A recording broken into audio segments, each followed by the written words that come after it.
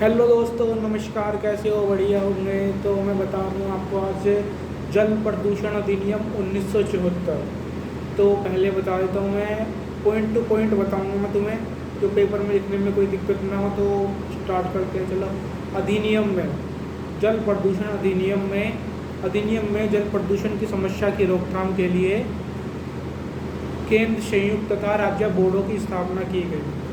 इन बोर्डों को जल प्रदूषण तथा निवारण के संबंध में कार्य सौंपे गए। पॉइंट नंबर 2 ये हो गया। पॉइंट नंबर 3, अधिनियम में जल प्रदूषण के निवारण तथा नियंत्रण के लिए जांच शक्ति, प्रवेश शक्ति तथा सैंपल शक्तियाँ और इत्यादि शक्तियाँ सौंपी गई। और पॉइंट नंबर आएगा 4,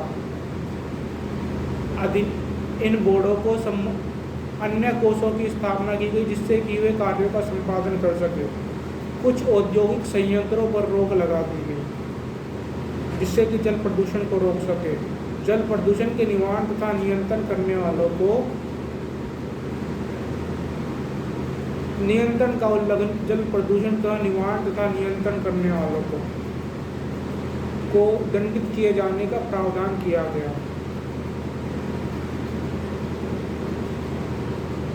और अधिनियम में जल प्रदूषण का प्रशिक्षण करने वालों को के लिए अधिनियम में जल प्रदूषण का प्रशिक्षण करने के लिए केंद्र, संयुक्त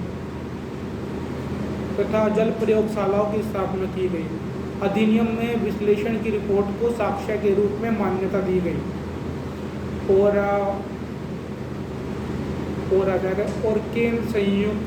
केंद्र तथा राज्य बोर्डों को अधिक्रांत करने का अधिकार दिया गया और सद्भावना पूर्वक किए गए कार्यों को संरक्षण दिया गया, मान्यता दी गई। और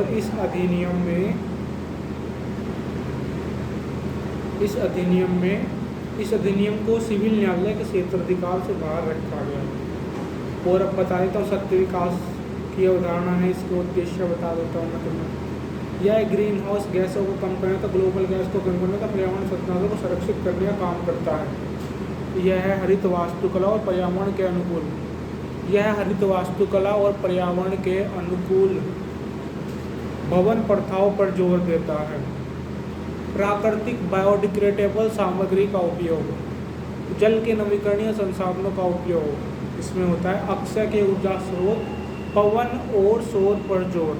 प्राकृतिक आवास के संसाधन, उपयोग किए गए संसाधनों के लिए नियोजित प्रतिस्थापन, गैर प्रदूषणकारी पद्धतियाँ और उद्योग।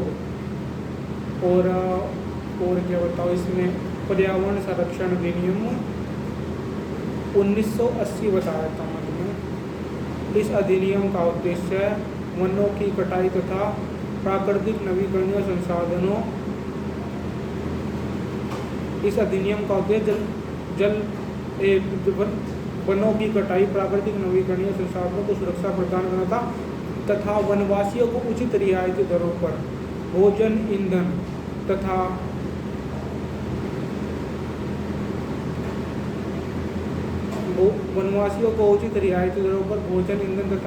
मकान सामग्री उपलब्ध कराना है। पर्यावरण के अनुकूल योजनाओं तथा कार्य योजनाओं को सुरक्षा प्रदान करना। और अगला पॉइंट, जंगल में अखंडता और एकता के व्यक्तित्व को स्थापित करना था। वनों में कृषि तथा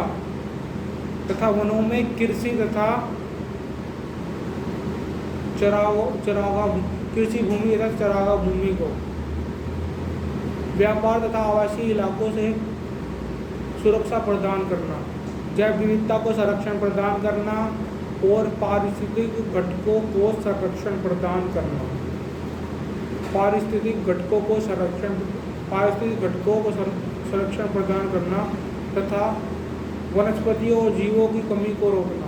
और अगला था पशुओं के शिकार पर रोक लगाना और पशुओं को फंसाने पर रोक लगाना। बस यही है इसमें, और ज़्यादा कुछ है नहीं। और वन्य जीव संरक्षण अधिनियम 1972 बताया हूँ तुम्हें। संकटग्रस्त वन्य प्राणियों की सूची तैयार करना, उनके शिकार पर रोक लगाना और संकटग्रस्त पौधों को संरक्षण प्रदान करना।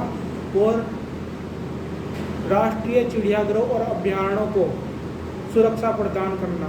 लुप्त होती प्रजातियों को संरक्षण देना और अवैध कार्यों पर रोक लगाना और राष्ट्रीय चिड़ियाघरों और अभ्यारण्यों में वंश वृद्धि करना, वन्य जीवन के लाभों के बारे में शिक्षा के माध्यम से प्रचार करना और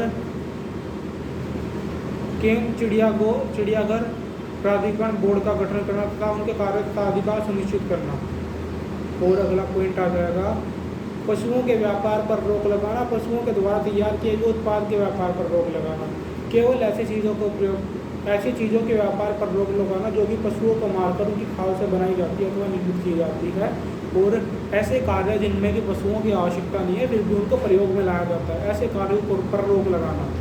और पशुओं के शिकार पर रोक लगाना और बीमार पशुओं की दवा कराना, और ऐसे पशु जो ठीक नहीं हो सकते उन्हें चिड़ियाघर से दूर करना तथा उन्हें अन्य पशुओं से अलग करना जब तक वे ठीक नहीं हो जाते। और पशुओं की समय समय पर जांच कराना, और केवल ऐसे पशुओं को व्यापार के लिए प्रयोग में रखा तथा ऐसे पशुओं को व्यापार तथा उत्पाद बनाने के लिए प्रयोग में ना जो कि मर चुके हैं जिनको यूज़ किया जा सकता है।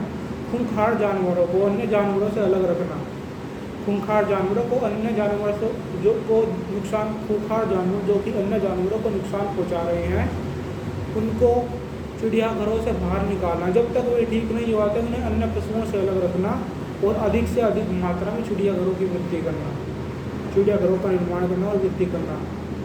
और ऐसे पौधों जिनकी कटाई पर रोक है फिर भी उन्हें काटा जा रहा है उनकी कटाई पर रोक लगाना, और पौधों को संरक्षण प्रदान करना और पशुओं के शिकार पर रोक लगाना। बस यही है, इसमें ज़्यादा कुछ है नहीं फिलहाल।